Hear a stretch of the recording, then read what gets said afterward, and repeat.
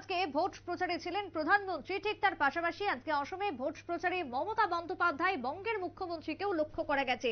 শিলচরে তিনি প্রচার করলেন। বুধবার পশ্চিমবঙ্গের মুখ্যমন্ত্রী মমতা বন্দ্যোপাধ্যায় তৃণমূল কংগ্রেসের প্রার্থী রাধেশ্যাম বিশ্বাসের প্রচারে গেলেন শিলচর। অসমের শিলচরে তিনি আজকে প্রচার করলেন। কিছুক্ষণ আগে তার আগে আমরা দেখেছিলাম যে নরেন্দ্র মোদী তিনি প্রচার করেছেন এবং অসমের প্রচারের পর তিনি রাজ্যে এসেছেন। নরেন্দ্র মোদী ভোট প্রচারে শেষ একেবারে প্রথম দফার শেষ ঝোড়ো প্রচারে তিনি ছিলেন শহর আগরতলার বুকে। তার পাশাপাশি দেখা গেছে বঙ্গের মুখ্যমন্ত্রী মমতা বন্দ্যোপাধ্যায় তিনিও আজকে ভোট প্রচারে বেরিয়েছেন এবং প্রথমবার তিনি তৃণমূল কংগ্রেসের প্রার্থীর হয়ে ভোট প্রচারে গুয়াহাটিতে গেলেন। যেমনটা জানা যাচ্ছে দলীয় সূত্রে, নির্বাচনী প্রচারে পশ্চিমবঙ্গের মুখ্যমন্ত্রী অসমে ব্যাপক সমাগম পরিলক্ষিত হয়। শিলচর টাউন ক্লাব ময়দানে আজকের এই জনসভার আয়োজন করা হয়। প্রার্থীর সমর্থনে তিনি প্রচার করলেন।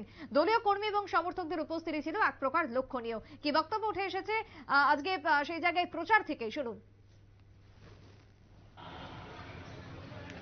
এক সময় মনোরঞ্জন ভক্ত করিমগঞ্জ শিলচরে আমাকে প্রচারের জন্য নিয়ে আসতো। তখন আমি স্টুডেন্ট রাজনীতি করতাম, আর বিকেল হলেই বলতো চল তোর লয়ে বাজারে যাই। আর বাজারে গিয়া কি করতো না, ওই লাই শাক পাতা কিনতো আর ট্যাংরা মাছ, ওই দিয়ে ঝোল করে উনি খাবেন।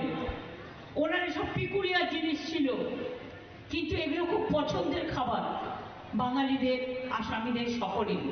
আমি সকলকেই বলি, আজকে কেন এসছি আপনাদের কাছে বলতে, যখন আপনাদের এখানে এনআরসি নিয়ে আন্দোলন চলছিল, নিয়ে আন্দোলন চলছিল, 19 লক্ষ মানুষের নাম বাদ দেওয়া হয়েছিল। তার মধ্যে 17 লক্ষ বাঙালি হিন্দু মুসলমান ছিল, আসামিরাও ছিল, গৌহাটির লোকেরাও ছিল, পাহাড়ি লোকেরাও ছিল, পাঞ্জাবিরাও ছিল। সেদিন আপনারা শুনলেন মমতা বন্দ্যোপাধ্যায়ের ভোট প্রচারের সেই বক্তব্য, যেখানে বক্তব্য রেখেছেন আজকে প্রচারকে ঘিরে মমতা বন্দ্যোপাধ্যায় শিলচরের টাউন ক্লাব প্রাঙ্গণে। ছোট্ট একটা বিরতির পর ফিরে আসবো, সঙ্গে থাকুন।